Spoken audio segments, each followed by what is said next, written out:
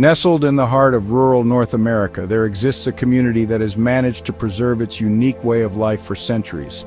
This community is known as the Hutterites. They are a fascinating group of people who cherish their unique way of life.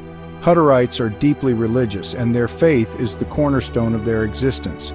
They follow a form of Christianity called Anabaptism, which emphasizes adult baptism, pacifism, and communal living. While they are not entirely isolated from modern society, they carefully choose which aspects to adopt, ensuring that any changes do not compromise their core values and way of life. One such aspect of their lives that they have carefully maintained is their approach to marriage.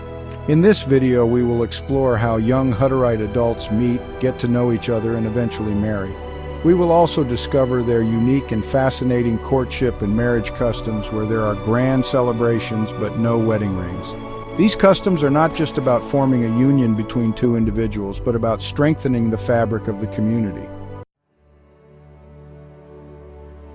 Hutterite parents and elders play an important role by encouraging young people to seek God first concerning marriage.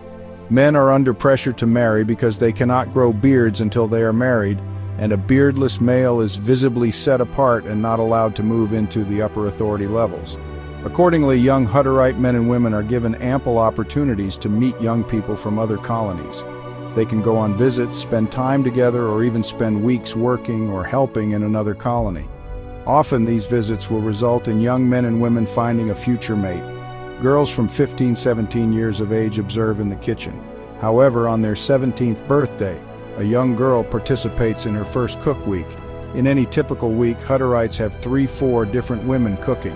One of these women is the young lady who is learning the shared skill of cooking on a colony. Under the guidance of married women, the serving duty provides a way for young girls to interact with visiting young people from other colonies.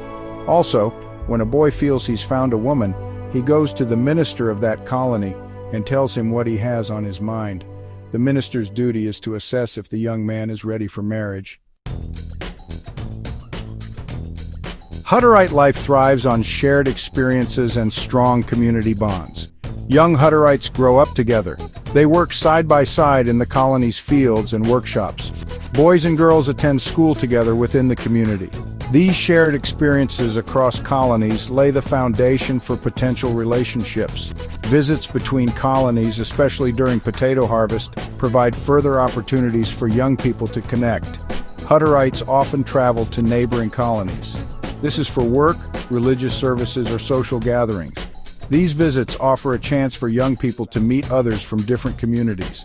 They can interact and get to know each other in a relaxed setting. Community events play a vital role in fostering relationships. Hutterites cherish their traditions. They have regular gatherings that bring people together. Singing, dancing, and feasting are common elements of these events. These celebrations provide a space for young people to interact under the watchful eyes of the community. The simple act of sharing work can also spark a connection. Whether it's harvesting crops, tending to livestock, or working in the colony's kitchen, daily tasks offer ample opportunity for interaction. These shared responsibilities build camaraderie and mutual respect, often laying the groundwork for deeper feelings to develop. It was once said that the only thing potato harvest is good for is meeting a guy. It can last for weeks, and a girl can learn a lot about a guy during this time. Before the marriage, there's a traditional courtship. Hutterites strongly encourage purity in relationships because they want the young people to be a witness to Christ. If young people think that they have been led together by God, they are encouraged to remain totally pure in their relationship. First cousins don't marry, and Hutterites rarely marry within their own colony. They can marry only members of the Hutterian Brethren Church, which means that they must be baptized before marriage. Of course, marriage is defined as the holy union of one man and one woman. And weddings should not take place right before Christmas or Easter, and rarely occur during the planting or harvest seasons. The bride typically wears a blue brocade wedding dress along with her usual kerchief head covering instead of a veil. The groom wears a black suit, made for him by his fiancée, with a white shirt and black tie. Among Hutterites, marriage consists of the Hulba and the Huchziet. However, before these ceremonies, certain practical aspects of their future lives will commence: acquiring a house and furniture. The young man's colony will provide a house for the woman because she will be moving to his colony. And the man gets to fix up the house and make it ready. The woman's colony gives her a whole bedroom suite of furniture, and they will transport these to the man's colony, along with everything she needs in a house. Typically, the couple gets a table, 6 chairs, and a wooden bench, a bed and dresser, and a wall clock, the smaller version of a grandfather clock. Traditionally, the groom-to-be goes to the bride's colony with family and friends for what is known as the offered Hulba, usually a week or 2 prior to the wedding. On this Sunday afternoon or evening, there will be a gathering in the bride's family home consisting of elders, friends, relatives, and youth, where the groom-to-be publicly asks the parents' consent for their daughter's hand in marriage. This is the Aufred. There is a lot of well-wishing, admonishment, and advice from elders, friends, and relatives. This is a festive time followed by a fine supper. Later in the evening at the Hulba, there will be a gathering of the entire colony and invited guests to celebrate this happy event. The couple is seated at front center, surrounded by family and close friends on one side and ministers and other special guests on the other. Singing in various forms takes place, from choral arrangements by the youth to various small groups, children's groups, and traditional songs by the entire congregation. Many from the bride's colony will not be at the wedding, as most weddings take place on the groom's colony, so this will be their only chance to celebrate with her. Young people usually keep on singing far into the night. A day of the following week following the offered Hulba is usually set aside for the couple to obtain legal documents, and for the couple's families to spend some time together, often followed by a barbecue or a restaurant meal for supper. This time may also be used to take wedding photos, as the bride is adorned in the traditional bridal blue. Also, the week after the Hulba, leading to the wedding at the groom's colony, the bride gets the week off to focus on the wedding. The Saturday before the wedding, the bride will say goodbye to friends staying behind. The couple will be escorted in a train of vehicles carrying the wedding party to the groom's colony.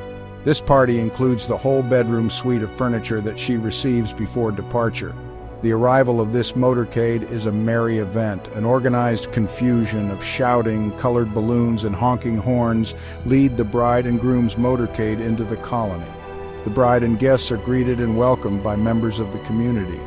Shortly after, there is a short church ceremony, festive supper, and other activities similar to the previous Sunday's celebration. This is also called the main Hulba, or Huchzeit, which also goes late into the night. The wedding ceremony takes place Sunday morning, where there is typically a lengthy sermon on Christian conduct and marriage. At the end of the sermon, the couple stands before the assembled church, exchanges wedding vows, and is pronounced man and wife.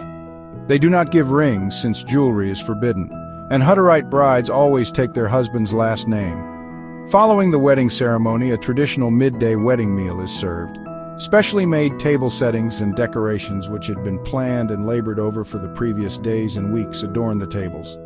Around 3 to 4 in the afternoon is yet another gathering, the Huchzeit. This is usually a continuation of the previous evening's activities and entertainment, with singing and maybe poetry or a PowerPoint specially created for this event. Snacks and desserts are served here as well. This truly is a joyous season and much cause for celebration. Since a Hutterite marriage is a Christian union, they believe that for a marriage to be valid, both partners must be members of the Hutterian Church. A pure life given as a sacrifice for Christ and His Church is a necessary precursor before this union can take place. A couple's love must never exceed or overshadow their love for God and for His Church. They do not have a honeymoon, but rather immediately return to the normal routine. She is added to the cooking schedule, and she continues to help with cooking when her cooking week comes up. She does this until she is 50 years old, having started from 17 years old. Indeed, a Hutterite wedding is a joyous affair and usually fills the better part of 2 weekends. It is a time of happiness and celebration, a chance to see old friends or make new ones. So what are your thoughts on these unique Hutterite wedding practices? Please share in the comments below. Consider subscribing and checking out some of our other videos. Thank you for watching, and see you in the next video.